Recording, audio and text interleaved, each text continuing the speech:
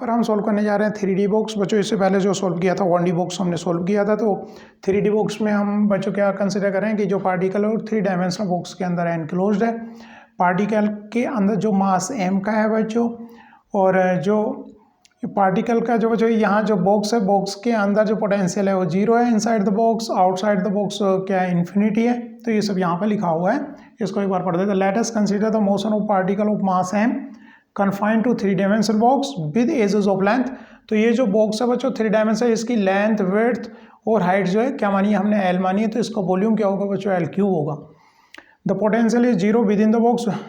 Particle मतलब box के अंदर जो पोटेंशियल है वो क्या है, 0 inside the box, outside the box infinity है, और बाउंड्री पर भी ये जो पोटेंशियल है बच्चों इन्फिनिटी है। तो इसके लिए इनसाइड द बॉक्स जो सोंडिजर इक्वेशन होगी बच्चों, किस तरह से लिखोगे उसको, h कट का square upon 2m, 3 dimension box है तो यहाँ पर तीनों कोऑर्डिनेट्स अब आएंगे। जब 1D बॉक्स था तो खाली हमने क्या लिखा था, एक्स स्क्वायर लिखा था, लेकिन यहाँ पर 3 डायमेंशन बॉक्स है तो तीनों आएंगे, del square del y square plus del square upon del z square psi, और आगे क्या आता है बच्चों, v हमने 0 लिखा है यहाँ पर क्योंकि इनसाइड द बॉक्स पोटेंशियल क्या है, 0 है, इसका टू क्या हो गया, ई साई। अब यहाँ पर इन दिस केस जब पोटेंशियल 0 है, जिस केस की हम बात कर रहे हैं, इन दिस केस साई जो है बच्चों वो फंक्शन है, 3 डिफरेंट फंक्शन का जो है बच्चों प्रोडक्ट है, x की डायरेक्शन में x, y की डायरेक्शन में y फंक्शन, और z, ये y का फंक्शन है और ये z का फंक्शन है। तो साइज जो यहाँ पर सेपरेटली बच्चों इस तरह के फंक्शन का प्रोडक्ट है, जो केवल x वाला जो फंक्शन है केवल x कोऑर्डिनेट पर डिपेंड कर रहा है, y वाला फंक्शन है y पर डिपेंड कर रहा है, z जो डिपेंड कर रहा है बच्चों केवल z पे। सपोज यहाँ पर केस से लेते हैं बच्चों, सपोज साई इस तरह का एक फंक्शन है, psi is to e⁻x minus y minus z. Suppose psi इस तरह का फंक्शन है तो इसको 3 में ब्रेक कर सकते हैं, क्योंकि e⁻x एक फंक्शन ये होगा, e⁻y क्या हो गया माइनस जेड। तो यहाँ पर एक फंक्शन केवल x पर डिपेंड कर रहा है, केवल y पर डिपेंड कर रहा है, केवल z पर डिपेंड कर रहा है। ये जो थे यहाँ पर बच्चों क्योंकि पावर क्या हो जाती है, मल्टीप्लीकेशन में होती है तो पावर ऐड हो जाते हैं, है ना, तो इसको ब्रेकआउट कर सकते हैं 3 फंक्शन में। तो साई भी हम यहाँ पर यही कह रहे हैं कि साई इस तरह का ये एक फंक्शन है जिनको 3 कोऑर्डिनेट में सेपरेट 3 फंक्शन में के प्रोडक्ट्स में उसको लिखा जा सकता है। जो एक फंक्शन है वो y और z पे डिपेंड नहीं कर रहा, केवल उसमें x आ रहे हैं, और दूसरे वाला केवल y पे डिपेंड कर रहा है, x और z नहीं आ रहे हैं। तो इस तरह के फंक्शंस हैं यहाँ पर, ये इसको 3 डिफरेंट फंक्शंस के प्रोडक्ट्स में लिखा जा सकता है, जैसे कि इस एग्जांपल से ये बात समझ में आ रही होगी। तो यहाँ पर भी हम साई को ये कह रहे हैं कि ये 3 फंक्शंस के प्रोडक्ट में लिखा जा सकता है। साई एक इस तरह का फंक्शन है, ठीक है। तो इसकी वैल्यू, साई की वैल्यू ऊपर हम पुट करेंगे, तो उसके लिए साई की वैल्यू आप यहाँ पर पुट करोगे तो बच्चों इनके रेस्पेक्ट में डिफ्रेंशिएट करना होगा। पार्शियल डिफ्रेंशिएशन है, वाई जेड का डिफ्रेंशिएशन होगा नहीं, क्योंकि वाई और जेड जो फंक्शन है केवल वाई वाला फंक्शन केवल वाई पर डिपेंड कर रहा है, जेड वाला फंक्शन केवल जेड पर डिपेंड कर रहा है। तो यहाँ पर मैं क्या लिख रहा हूँ बच्चों, केवल डबल डिफ्रेंशिएशन लिख रहा हूँ इसके। साई का जब डबल डिफ्रेंशिएशन होगा तो क्या आएंगे, del square upon del x square psi, यहाँ पर लिखा जाएगा तो बच्चों क्या आएगा, केवल x का डिफ्रेंशिएशन होगा, y z ऐसे रहेंगे क्योंकि y केवल y पर डिपेंड कर रहा है और z वाला फंक्शन जो केवल z कोऑर्डिनेट पर डिपेंड कर रहा है। तो यहाँ पर जो आएगा बच्चों क्या आएगा, y z, यहाँ y का फंक्शन है तो आप y बार बार लिख सकते हो, और z किसका है, केवल z कोऑर्डिनेट का फंक्शन है तो वहाँ पर z बार बार आप पुट कर सकते हो। डेल स्क्वायर केवल ये किस पर डिपेंड करेगा, x पे, क्योंकि केवल इसी का डिफ्रेंशिएशन होगा, y z इसके लिए कॉन्स्टेंट है, पार्शियल डिफ्रेंशिएशन कर रहा है।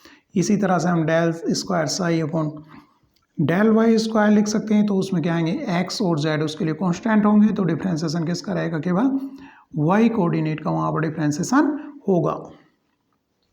y का जो फंक्शन है केवल उसी का डिफ्रेंशिएशन होगा, x z का नहीं होगा। आगे del square psi upon del z square, यहाँ पर z के रेस्पेक्ट में केवल उधर रहेगा, तो यहाँ निकल के जो आएंगे x y निकल के आएंगे, del square z upon del z square, ठीक है बच्चों। तो इस इक्वेशन का एक नाम दे देते हैं 1, इनकी वैल्यू इस इक्वेशन में हम क्या कर रहे हैं बच्चों, पुट कर रहे हैं, putting this value in equation 1, putting this value in equation 1, putting this value in equation 1 में इन वैल्यूज को पुट करने पर तो जो इक्वेशन बनेगी उसको ऊपर लिखते हैं हम।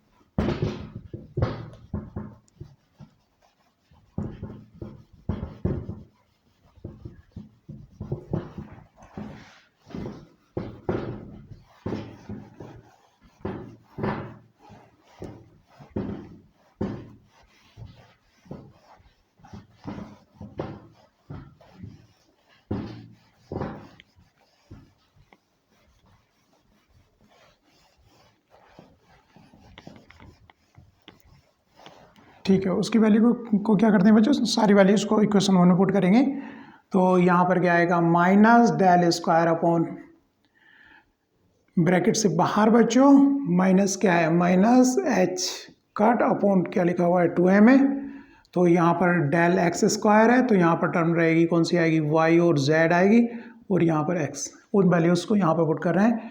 तो नेक्स्ट जो है बच्चों डिफ्रेंसिएशन किसके रेस्पेक्ट में, y के रेस्पेक्ट में है, y स्क्वायर, तो यहाँ पर टर्म रहेंगी x और z, प्लस नेक्स्ट डिफ्रेंसिएशन किसके रेस्पेक्ट में बच्चों, z कोऑर्डिनेट के, डेल z स्क्वायर, तो यहाँ पर टर्म रहेंगी एक्स वाई इक्वल टू क्या हो गया बच्चों, ई साई की वैल्यू क्या रख दें यहाँ पर, एक्स वाई एंड जेड, क्योंकि साई बच्चों यहाँ पर मैंने कहाँ से लिख दिया, साई क्या माना है बच्चों, वो 3 फंक्शन का प्रोडक्ट माना है, एक्स वाई और जेड, उसी की वैल्यू हमने साई की वहाँ पर रख दी है। अब इस इक्वेशन को मैं क्या कर रहा हूँ बच्चों, एक्स वाई जेड से डिवाइड कर रहा हूँ, dividing this equation with respect to, dividing this equation with respect,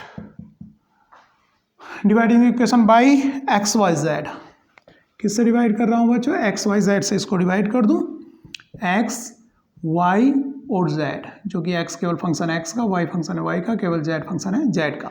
तो बच्चों यहाँ पे क्या लेफ्ट बचा, माइनस एच कट का स्क्वायर अपॉन 2m, यहाँ पर बचा बच्चों केवल 1 अपॉन एक्स बचा, del square x upon del x square, plus यहाँ पर जो बचा कितना बचा, 1 अपॉन एक्स वाई जेड से डिवाइड करेंगे तो केवल y बचेगा, del square y upon del y square, plus यहाँ पर क्या बचेगा 1 upon z, del square z upon del z square, equal to केवल क्या बच गया बच्चों, ई बच गया।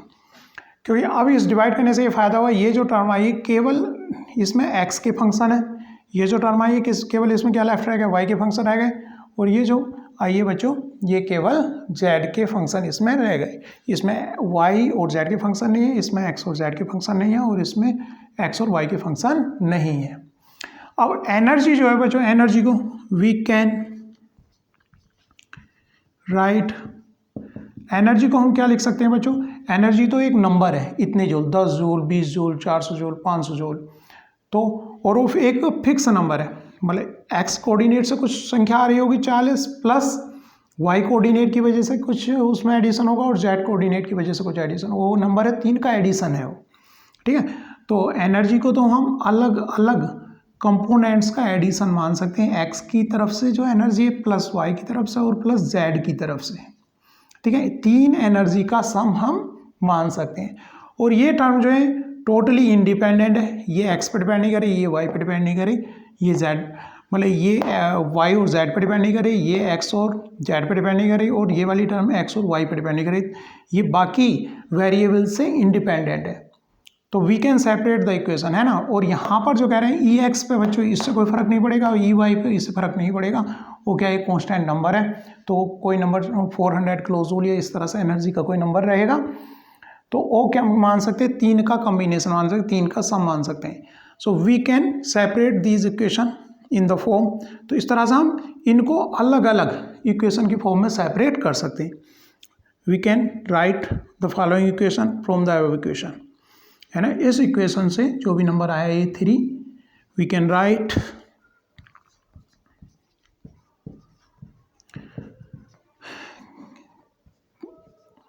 तीन सेपरेट इक्वेशन इससे क्या की जा सकती है बच्चों, बनाई जा सकती हैं।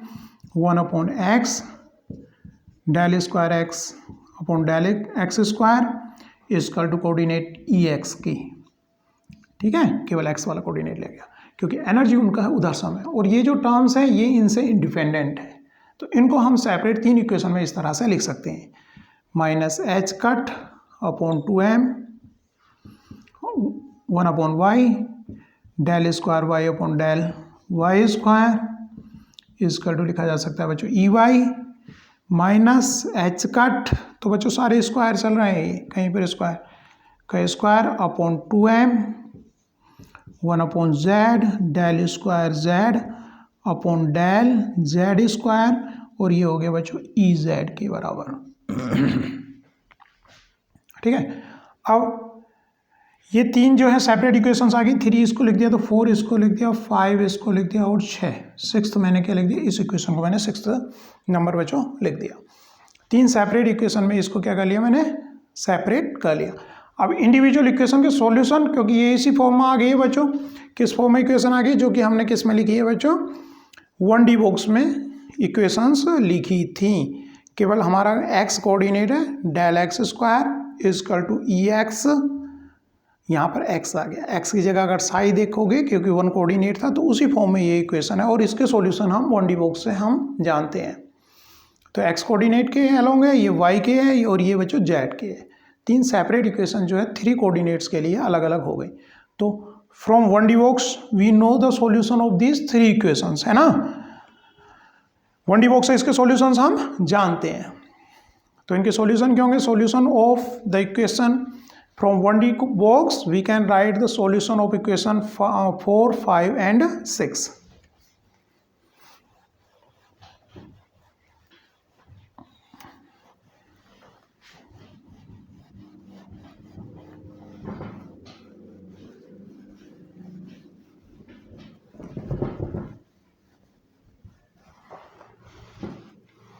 तो 1D बॉक्स इनके सॉल्यूशंस हम लिख सकते हैं डायरेक्टली वहीं से, क्योंकि 1D बॉक्स हम सोल्व कर चुके हैं और हमें सॉल्यूशन उसका पता है। तो देखते हैं बच्चों किस तरह से इसका सॉल्यूशन लिखा जाएगा। तो बच्चों solution we know the solution of equation, जो भी नंबर्स इक्वेशंस के हैं 4, 5 एंड 6 फ्रॉम 1D बॉक्स। तो बच्चों x का जो सॉल्यूशन होगा 2/L, L जो है बच्चों लेंथ है, x डायरेक्शन में भी L है, y डायरेक्शन में भी L है और z डायरेक्शन में भी L है, तो इसमें कोई डिफरेंस नहीं आएगा। यहाँ पर आता है n क्वांटम नंबर है, x डायरेक्शन वाला quantum number nx upon L और x। y डायरेक्शन में बच्चों y 2/L sine coordinate n y n pi upon L y, z 2/L sine n z pi upon L z। तो इस तरह से बच्चों तीन ये वेव फंक्शंस जो है सॉल्यूशन हमारे आ गए। ये हमने डायरेक्ट कहाँ से लिखे, 1D बॉक्स में हमने सोल्व किया है इनको, और यहाँ से इन तीन इक्वेशंस के ये डायरेक्ट सॉल्यूशंस हमारे हैं। तो टोटल जो वेव फंक्शंस होगा वो इन तीनों का प्रोडक्ट होगा। इसी तरह से एनर्जी भी हम जानते हैं कि एनर्जी का फार्मूला वहाँ 1D बॉक्स में सोल्व किया है, तो यहाँ पर फर्दर सेम इक्वेशन सोल्व करने का कोई मतलब नहीं है, वहाँ से 1D बॉक्स से हम जानते हैं। तो यहाँ पर हम टोटल एनर्जी का क्या फार्मूला लिखेंगे और टोटल वेव फंक्शन का क्या वेव फंक्शन यहाँ पर लिखा जाएगा उसको हम यहाँ पर देखते हैं।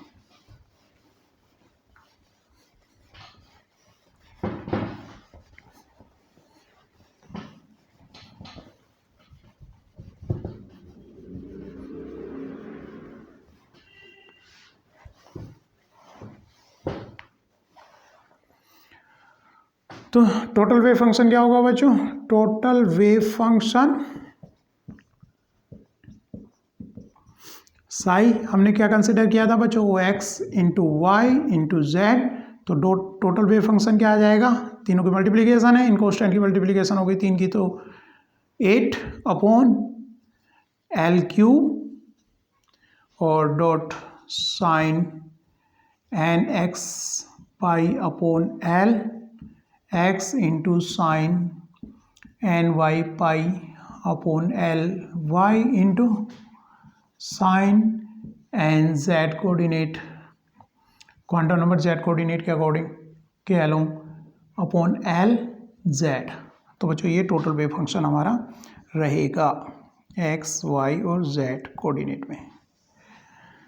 और बच्चों एनर्जी क्या है, टोटल एनर्जी है सम बच्चों के इसका एक्स प्लस कोऑर्डिनेट वाई के along energy plus coordinate Z के एलोंग एनर्जी, उनका क्या रहती है, वो सम रहती है। और 1D फ्रॉम 1D बुक्स हम जानते हैं बच्चों, n square L h square upon 8 ml square होता है, ठीक है। तो ये x का क्वांटम नंबर है plus n y square h square upon 8 ml square plus n z के लूँ quantum number z square h square upon 8 ml square. तो इनको तीनों को सम करेंगे तो इस तरह से भी लिख सकते हैं n x square plus n y square plus n z square upon h square upon 8 ml square. तो टोटल एनर्जी का बच्चों ये फार्मूला हो गया, इनका तीनों को सम कर दिया, H square upon 8 ml square के ले लिया, कॉमन ले लिया, और टोटल वेव फंक्शन 3 डायमेंशन के लिए बच्चों ये होगा जो कि क्या रहता है बच्चों, 3 का प्रोडक्ट होता है। Thank you.